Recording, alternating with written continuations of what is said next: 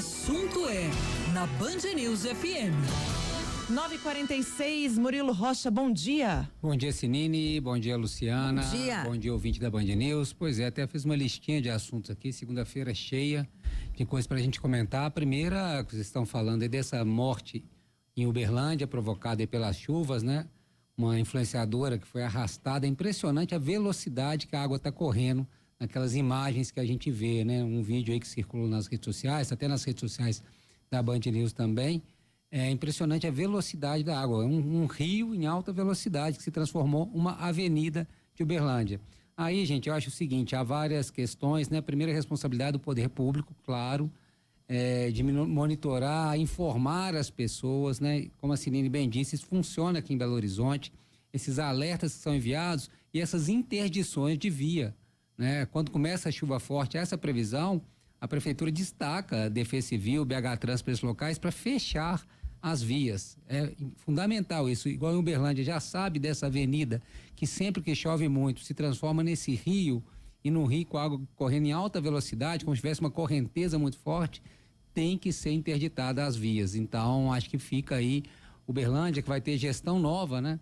A partir do ano que vem, um prefeito que foi indicado pelo atual, o Adelmo Leão, indicou, o atual prefeito indicou assim, era o sucessor dele que venceu as eleições. Então assim, a gente tem que ter esse cuidado, né? A prefeitura tem que ter essa responsabilidade de também avisar a população e interditar as vias para que carros não passem nesses locais no momento de chuva, né? Uma vez que não se consegue fazer obras para conter esse tipo de fenômeno, né? O poder público tem então que impedir que a população passe nesses locais. Agora também há uma responsabilidade aí, né? É responsabilidade individual, né, gente? As pessoas têm que ficar atentas. O clima está mudado, essas chuvas são muito intensas, a gente tem que estar antenado, tem que cadastrar nosso celular nesses alertas de Defesa Civil Municipal. Infelizmente, a gente tem que tomar esses cuidados para salvar as próprias nossas vidas, das nossas famílias, amigos, enfim. É uma necessidade, né, de um tempo, desse momento de agora que a gente vive. Começou a chover, vai sair de casa, dá uma olhada, a previsão de ruas, os alertas de Defesa Civil é fundamental, porque hoje as cidades viraram verdadeiras armadilhas, né? E tem ruas e avenidas, tem locais que já são sabidamente pontos de inundação. Aqui em Belo Horizonte já estão bem mapeados, né? Às vezes a gente acaba caindo numa cilada, mas enfim, a maioria deles já estão mapeados. A gente tem que ficar muito alerta para evitar, não adianta a gente brigar com essa força da natureza, não adianta, gente. Igual essa avenida lá em Uberlândia, volta a falar, a Luciana citou, não é a primeira vez que isso ocorre lá, né? Então assim, começou a chover, está chovendo muito, às vezes você não está, né? Evita, já sabe aquele lugar, claro, às vezes a pessoa está distraída, está vindo de algum lugar, estava sem informação, por isso então esses alertas também são importantes, a prefeitura tem que implantar isso, as prefeituras, né? Esses alertas para a população, porque é muito triste a gente ver, né? A gente vê ela se agarrando ali, ela, não sei se é marido dela, quem é, se agarrando ali no carro, mas a água está numa força, numa velocidade que carros foram arrastados, imagina uma pessoa, né? Então, é lamentável. Ainda sobre chuva, eu queria fazer uma outra observação rápida aqui, Sinine, que eu acho muito estranho, isso me encuca, vocês que são mais inteligentes que eu e os ouvintes também podem me ajudar.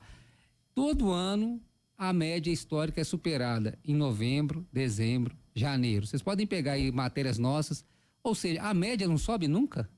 Entendeu? A média histórica vai subir nunca. Se todo ano chove mais, há 30 anos que eu sou repórter, todo ano chove mais que o esperado para o mês de outubro, novembro, dezembro e janeiro. Todo ano. Essa média não vai subir, então? Essa média histórica não sobe junto? Murilo, Muito sobe. Sobe? Qual foi a última vez que ela subiu? A cada 30 anos, o pessoal da climatologia... 30 eu tô falando anos? da minha cabeça, tá, gente? Me ajuda aí. Eu acho que, como estudante de geografia... A cada 30 anos existe um reestudo e essa média ela é recalculada. Então existe uma média. Entendi. Entendeu? Eu acho que tem que de ser 30 em 30 como anos. o clima mudou, né? isso que eu ia falar, como o clima mudou, chuvas muito intensas, eu acho que é urgente essa revisão, porque a gente está falando de uma média histórica, se for essa quanto que a Sinine está falando, e eu não duvido dela, ela estudou isso, mas assim, se for essa que os órgãos levam em conta, nós estamos falando de uma realidade de 1994.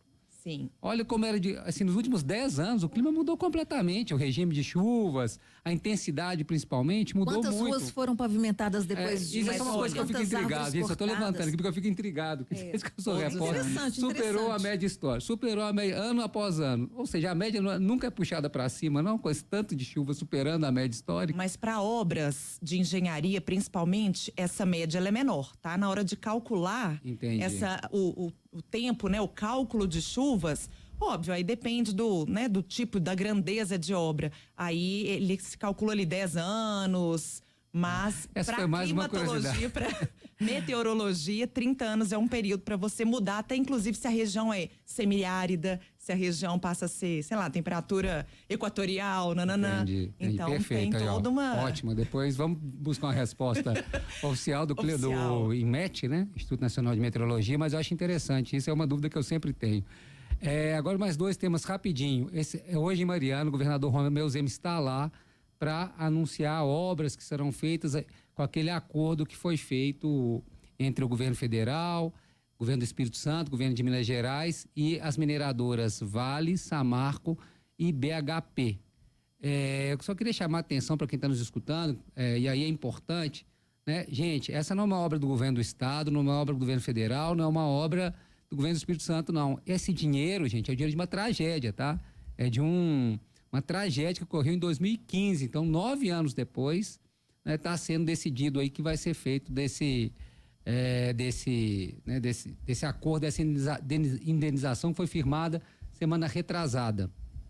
Estou falando isso porque eu fico vendo, às vezes, as pessoas, assim, né, os governos, as pessoas querendo meio se aproveitar disso, de forma oportunista, políticos, de forma geral, querendo, né, surfar nessa onda, sendo que os atingidos, muitos deles reclamam que nem foram ouvidos para a escolha dessas obras.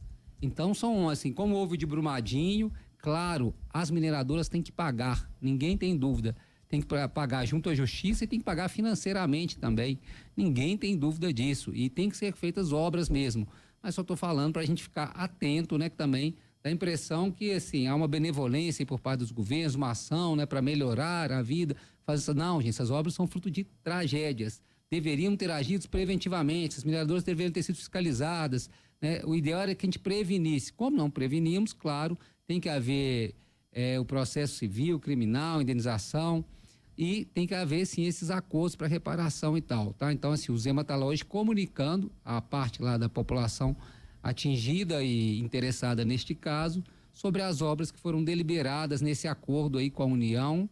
De um lado, governo federal, governo de Minas, governo do Espírito Santo, de outro lado, as mineradoras. Chegou nesse acordo aí de 170 bilhões de reais e o governo está falando de algumas das obras. Uma delas, por exemplo, é uma obra importante, mas se você pegar o contexto, não tem nada a ver com a ruptura da barragem, que é a duplicação da rodovia que liga Belo Horizonte a Mariana. Vai ser muito bom essa duplicação, importante, inclusive para o turismo, para a economia, sem dúvida nenhuma, e para salvar vidas também, que aquela estrada é muito sinuosa. Mas ótimo. Só que a gente tem que entender isso, tá? E muitos atingidos, inclusive, reclamam ter ficado de fora da escolha de quais seriam essas obras, desse pacote de obras. Isso é só para a gente ter um alerta também, para ninguém ficar surfando em cima desse acordo, em cima de uma tragédia. Não estou falando que é o caso do governador, tá? Só porque como há esse evento hoje lá, a gente tem que sempre lembrar a população. Mas é importante, Murilo, até como um papel, você está fazendo um papel de ombudsman aqui para nós jornalistas, na hora de cobrir. Sim, claro. Não pensarmos, né, no evento. Assim, claro, foi divulgado para a imprensa, né? A imprensa ela recebe ali um comunicado como um evento, como, né, o lançamento quase de um pacote de obras do governo. Por isso que eu estou fazendo essa. Então, para nós jornalistas, é importante essa reflexão, porque a gente às vezes vai tão atarefado, engolido pela rotina da pauta diária, que faz uma cobertura do factual. E o factual realmente é o lançamento de obras com dinheiro de Mariana, ponto. Mas a gente tem que lembrar de onde vem esse dinheiro. Tudo tem um contexto, é nossa função contextualizar. Já alonguei ele, mas segunda-feira, né, a cabeça no final de semana fica cheia e acontecem muitas coisas e é importante. Um outro assunto eu deixei ele por fim, gente, para o fim, porque ele é muito delicado, que é a saúde do prefeito de Belo Horizonte, prefeito Fuad Noman. O prefeito, para quem não sabe, o prefeito está internado desde o sábado de manhã. Ele está sentindo fortes dores nas pernas, segundo o boletim da Prefeitura de Belo Horizonte. divulgar um boletim no sábado de manhã e ontem à tarde, às 18 horas, falando que o prefeito foi internado no Mater Dei no sábado, com fortes dores nas pernas e permanece internado ainda sem previsão de alta. Ele seria liberado ontem à noite, mas não foi, parece que para a realização de mais exames. Quem acompanha o prefeito é o doutor Enaldo, médico que fez a cirurgia dele para a retirada de um tumor, de um linfoma. Então a gente acompanha aqui, claro, com certa apreensão o estado de saúde do prefeito reeleito de Belo Horizonte. Na última semana, informações aí que a gente obteve, conversando com vários interlocutores que estiveram com o prefeito não foi à prefeitura, despachou de casa, ele estava em casa, recebeu secretários, teve uma reunião de secretários na casa do prefeito, recebeu representantes do governo de Minas, e há uma preocupação geral com a saúde do prefeito, lembrando que o prefeito, né, passou, em razão dessa cirurgia que ele passou para retirar de um linfoma em julho, né, ele passou por um tratamento de quimioterapia durante o processo eleitoral.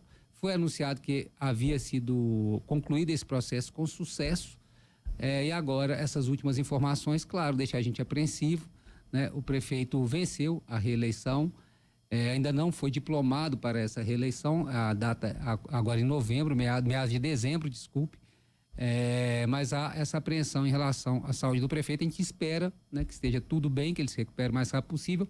Também um pronunciamento aí da prefeitura com mais clareza sobre qual é a situação do prefeito, porque a prefeitura informou que ele deu entrada no sábado pela manhã.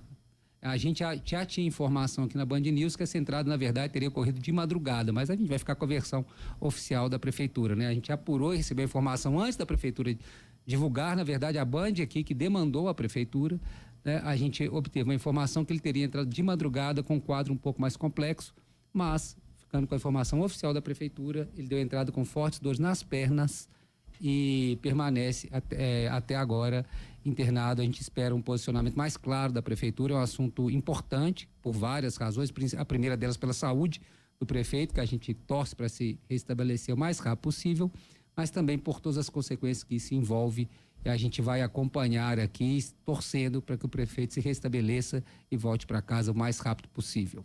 É isso, Sinine, Luciana.